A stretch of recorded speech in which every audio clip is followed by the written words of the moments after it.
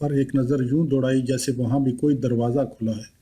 پھر سامنے دیوار پر نظریں گاڑ دی اور ہاتھوں کو ملتے ہوئے رک رک کر بولا، جی میں کیا کروں گا، کل سے کروں گا۔ اور اس کے بعد جیسے اسپرنگ نے اسے اچھال کر پھر سے دروازے پر پھینک دیا، مگر یوسف نے بڑھ کر اس کا ہاتھ تھام لیا اور دوسرے ہاتھ سے اپنی جیب میں سے 10 روپے کا ایک نوٹ نکال کر اسے فضلو کی انگلیوں کی پوروں سے چھوتے ہوئے بولا، تم اتنے شریف، اتنے نیک اور اتنے اچھے آدمی ہو کہ میں تمہاری جھجک پر حیران ہو رہا تھا۔ یہ تمہارے وعدے کا انعام ہے۔ فضلو کی پوروں کی چل اب دکھن میں بدل گئی۔ اس نے نوٹ کو پوروں میں جکڑ لیا اور اسی ہاتھ کو ماتھے تک لے جاتے ہوئے سلام کہا اور چلا گیا۔ کوٹری کے باہر پہنچ کر اس نے پلٹ کر دیکھا، لالٹین بجھ گئی تھی اور رئیس خانہ اس کی کوٹری کی طرح اندھیرے میں ڈوب گیا تھا۔ فضلو کو ایسا محسوس ہوا جیسے اس نے کئی دنوں کے بھوکے کو پیٹ بھر کھانا کھلایا ہے۔ وہ اندر کھاٹ پر لیٹ گیا، کچھ دیر اندھیرے میں آنکھیں کھولے پڑا رہا، پھر نوٹ کو جیب سے نکال کر تکیے کے نیچے رکھا اور نہایت اطمینان سے سو گیا۔ صبح وہ دیر تک سوتا رہا۔ مریم نے چائے تیار کرنے کے بعد اس کا شانہ ہلایا اور وہ بڑک کر اٹھ بیٹھا۔ اس نے اپنے سامنے مریم کو دیکھا، پھر باہر ننھی ننھی پھوار کی جالر کے پارٹین کی چھت تلے چولہے کے پاس شیرو کو بیٹھے دیکھا، جو مٹی کے پیالے میں چائے کو پھونکے مار رہا تھا، اور پھر اس نے آسمان کے ایک ٹکڑے کو دیکھا۔ ابھی تو سورج بھی نہیں ابھرا، اس نے انگڑائی لیتے ہوئے کہا۔ سورج نہیں ابھرا؟ مریم کی طنز کی۔ رات کا غصہ شاید ابھی تک باقی تھا۔ سورج بادلوں بادلوں میں نہ جانے کہاں سے کہاں جا پہنچا ہے اور اس کے لیے ابھی پو بھی نہیں پھٹی۔ رات بھر کیا کرتے رہے ہو؟ چوہوں بلیوں کی طرح کبھی لحاف گھسیٹ رہے ہو، کبھی کھڑکی کے پٹ کھڑکا رہے ہو، کبھی دروازہ کھل رہا ہے، کبھی باہر کی سیریں ہو رہی ہیں۔ بہت تو نہیں کھا گئے تھے؟ فضلو کی نظریں اس وقت بند کھڑکی پر جمی تھی۔ اسے آہستہ آہستہ یاد آ رہا تھا، اس نے کھڑکی کھول کر رئیس خانے کی طرف دیکھا تھا اور پھر کھڑکی بند کیے بغیر ہی چلا گیا تھا۔ یہ کھڑکی کس نے بند کی؟ اس نے جھجکتے ہوئے کہا۔ میں نے، مریم بولی۔ کب؟ اس نے پوچھنا چاہا مگر نہ پوچھ سکا، اس کی آنکھیں جھک گئیں۔ کوٹری کے صاف ستھرے فرش میں اسے جا بجا گھڑے نظر آنے لگے۔ مریم سے اسے خوف آنے لگا۔ مریم، اس نے کہا، بات یہ ہے کہ تمہارے روٹھ جانے کی وجہ سے میں رات بھر اداس رہا، نیند نہیں آتی تھی۔ حرام زادہ، مریم نے کہا، مگر اس انداز سے کہ فضلو نے اس گالی کا جواب دینا کچھ ضروری نہ سمجھا۔ میں روٹھی تھی تو بھی تو روٹھے تھے۔ تم نہیں سوئے تو میری کب آنکھ لگی؟ ذرا ادھر دیکھو۔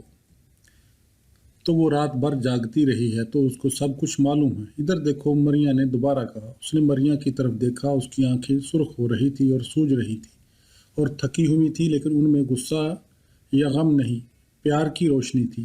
آؤ من جائیں، وہ بولی۔ دایاں ہاتھ ادھر لاؤ۔ فضلو اطمینان سے مسکرایا، دایاں ہاتھ اس کے ہاتھ پر رکھ دیا اور مریم چیخ اٹھی، ارے یہ تو 10 روپے کا نوٹ ہے، یہ اتنے بہت سے روپے کہاں سے آئے ہو؟ تنخواہ تو ابھی پرسوں ہی ملی تھی، صاحب نے بخشش دی ہے۔ اس نے کہا، وہ ہماری خدمت سے بہت خوش ہے۔ بخشش؟ مریم جیسے نشے میں بولی، جیتا رہے پھلے پھولے، خوشیاں دیکھے۔ اور فضلو آج بڑا غضب ہو گیا، صاحب کے لیے مکھن کہیں سے نہیں ملا۔ سب کہتے ہیں رات اچانک سردی پڑی اس لیے دہی نہیں جما، بلو نے کی نوبت ہی نہیں آئی، بڑی شرم آ رہی ہے۔ کوئی بات نہیں، ہمارا صاحب قلندر آدمی ہے، اور سور کی بچی صلح بھی ہو چکی اور ابھی تک ایک پیار تک کی توفیق نہیں ہوئی تجھے۔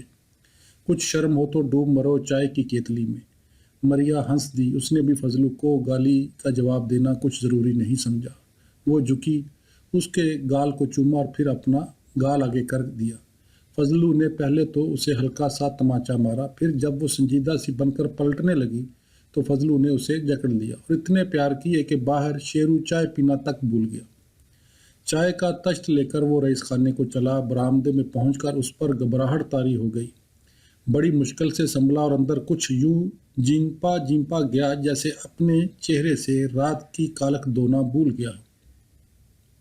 لیکن یوسف نے رات کی کوئی بات نہ کی، خوشگوار موسم کا ذکر کیا اور اس سے کہا، ذرا یہ دوربین لے کر کیسر اور سون کے نظارے دیکھو۔ ایسا معلوم ہوتا ہے جیسے دنیا کی بڑی بڑی لینڈسکیپ پینٹنگز بکھر دی گئی ہر طرف، یعنی بڑے اچھے نظارے ہیں۔ فضلو دوربین لے کر باہر صحن میں آ گیا، نیچے وادی میں جھیل کے کنارے درختوں کی عکس دیکھتا رہا، پھر چٹا اور کوٹلی اور گالی کے دیہات پر سے ہوتا ہوا انگا پہنچا، جہاں سفید سفید 2 منزلہ مکان آسمان کے ابر آلود ہونے کے باوجود چمک رہے تھے، لمبائی میں بکھرے ہوئے سبززاروں میں جا بجا گنے توتوں میں گرے ہوئے کنووں اور ان کے گرد ترشی ہوئی کیاریوں کو کچھ دیر دیکھتا رہا۔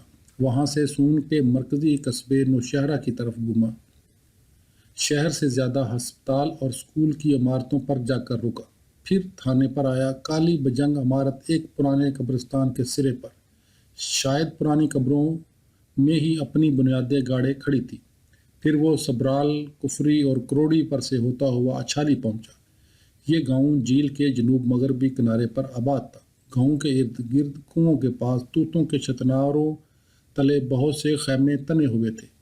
ان خیموں میں ایسے مدانی رئیس بستے تھے جو کیسر کی بلندیوں پر آنا برداشت نہیں کر سکتے تھے، کیونکہ اس کیسر پر مرغی کا ایک انڈا 4 آنے میں اور گلاب کا ایک پھول 8 آنے میں ملتا تھا، اور ڈاک بنگلے کے مالک کی غیر حاضری میں تو اس کی بہن بہشتوں نے کئی لوگوں سے ایک پھول کا 1 روپیہ تک وصول کیا تھا۔ فضلو فوراً پلٹا اور دوربین کو اس کیسر کے بنگلوں پر گھمایا۔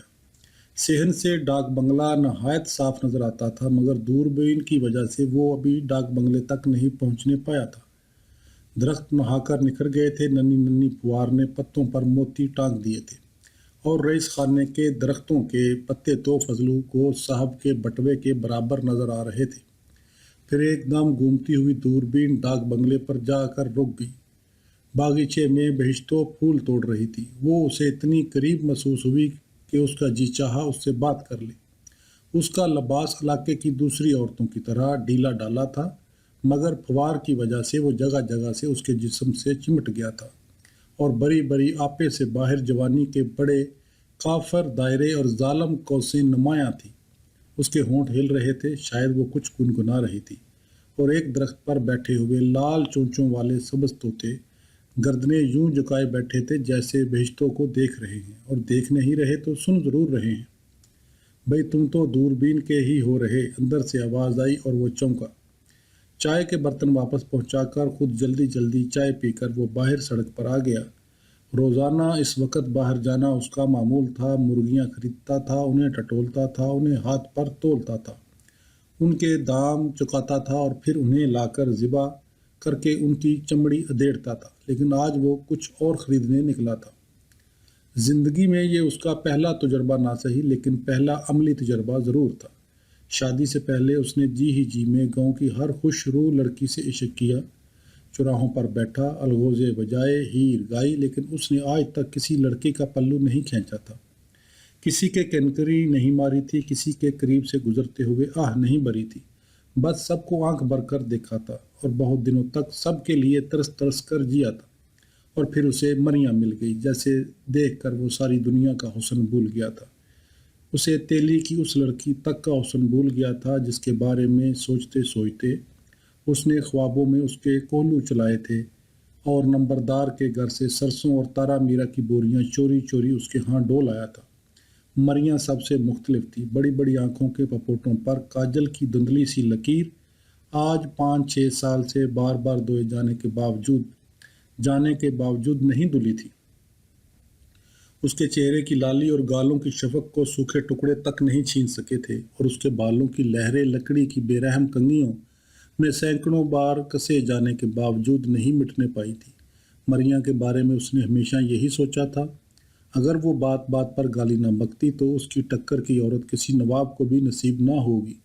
وہ 5-6 برس تک مریم سے آگے سوچ ہی نہیں سکتا تھا، اور آج وہ بہشتوں کے پاس جا رہا تھا، اور اگر بہشتوں نے اپنے بھائی سے کہہ دیا، اس کے بھائی نے کسی افسر سے کہہ دیا، اور پھر کسی نے اگر مریم سے کہہ دیا تو کیا ہو؟ بہشتوں اسے تو نہیں چاہیے تھی، اور لیکن سامنے کھڑی ہوئی بہشتوں کی آواز نے اس کے ڈولتے ہوئے ارادے کو سنا دیا تھا۔ کہاں چلے فضلو بھائی؟ مرغیوں کی تلاش میں ہوگے؟ یہ صاحب کیسر پر مرغیوں کی نسل ختم کر کے ہی دم لے گا۔ وہ زور سے ہنسی۔ اس ہنسی میں گھنٹی کی سی ٹنٹناہٹ تھی، ایسی ہنسی جو صحت مند خون کے کھلاؤ ہوئی سے پیدا ہو سکتی ہے۔ پھول چاہیے؟ اس نے پوچھا۔ یہ حیران کیوں کھڑے ہو؟ میں نے کبھی تم سے قیمت لی ہے جو آج لوں گی؟ مریم اپنی سہیلی ہے۔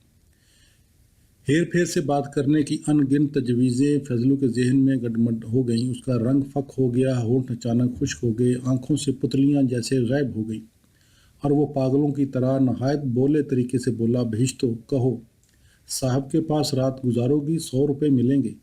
اور وہ خیال ہی خیال میں زمین کے اندر دنسنے لگا۔ اس کی سمجھ میں نہ آیا کہ وہ اس کیسر کی چوٹی پر کھڑا ہے یا جھیل کی تہہ میں بیٹھا ہے، اور آسمان سے پھوار گر رہی ہے یا کنکریاں برس رہی ہیں۔ بہشتوں نے اس کے ہاتھ کو اس تیزی سے جکڑا کہ انگلیوں کی ٹیس نے اس کے حواس کو چکنا کر دیا۔ وہ سرگوشی میں بولی، کس وقت؟ ارے! فضلو جھیل کی تہہ سے اٹھ کر ڈاک بنگلے کے باغیچے میں آ گیا۔ عشاء کی نماز کے بعد وہ بولا، کہاں ملو گے؟ سڑک سے ادھر پرانے کہو کے نیچے۔ 100 ہی ملیں گے نا؟ ہاں ہاں، پورے 100۔ بھیا کو خبر نہ ہو، مجھے کیا پڑی ہے، آہستہ بولو بھائی، ذرا آہستہ بولو۔ کچھ دیر رک کر وہ مسکرائی اور بولی، صاحب آج 5-6 دن سے تمہارے وہاں ہیں۔ ہاں، مریا نے کتنے 100 کمائے ہیں؟ ایک دم جیسے آسمان ٹوٹ پڑا اور کیسر بیٹھ گیا۔ سور کی بچی، اس نے بہشتوں کو گالی دی اور مٹھیاں بینچ کر اور نچلے ہونٹ کا ایک حصہ دانتوں تلے دبا کر بھاگا۔ فضلو بھائی، بہشتوں کی آواز آئی، مگر وہ بھاگا چلا گیا۔ رئیس خانے کے قریب گزرتے ہوئے اس کی رفتار اور تیز ہو گئی اور پھر بہت نیچے سڑک کے بڑے موڑ پر چمٹے ہوئے بادلوں میں اتر گیا۔ وہ کافی دیر کے بعد واپس آیا۔ نہایت گنجان بوندیں گر رہی تھیں اور ہوا نے اچھی خاصی خنکی پیدا کر دی تھی۔ نیچے وادی کا ایک حصہ دھوپ کی وجہ سے سنہری ہو رہا تھا، مگر سورج کا کہیں نشان نہ تھا۔ فضلو ٹھٹھرا اور بھیگا ہوا کوٹری میں آیا۔ صاحب کو کھانا کھلانے کے بعد پھر کوٹری میں آ گھسا اور کھاٹ پر لیٹ رہا۔ مریا وقت سے پہلے اس کے لیے چائے بنا لائی۔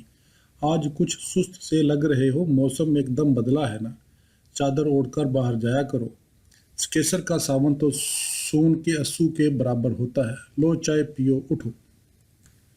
وہ چپ چاپ چائے پینے لگا، پھر چادر اوڑھ کر صاحب کو چائے پلانے گیا اور واپس آ کر کھاٹ پر پڑا رہا۔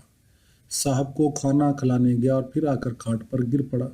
اس نے صاحب سے کوئی بات نہ کی اور صاحب نے بھی اس کی سنجیدگی کو نہ توڑا، جیسے اسے معلوم تھا کہ اس سنجیدگی کی تہہ میں کچھ ہے۔ کیسر کی مسجد میں عشاء کی نماز پڑھ کر جب نمازی باتیں کرتے ہوئے رئیس خانے کے قریب سڑک پر سے گزرے تو فضلو چونکا، مگر پھر چادر سے منہ تک چھپا لیا۔ اندر اس کی آنکھیں کھلی تھیں اور کھدر کی چادر میں سے اسے چراغ کی روشنی بہت ڈراؤنی معلوم ہو رہی تھی۔ مریا اور شیرو آج اطمینان سے سو رہے تھے۔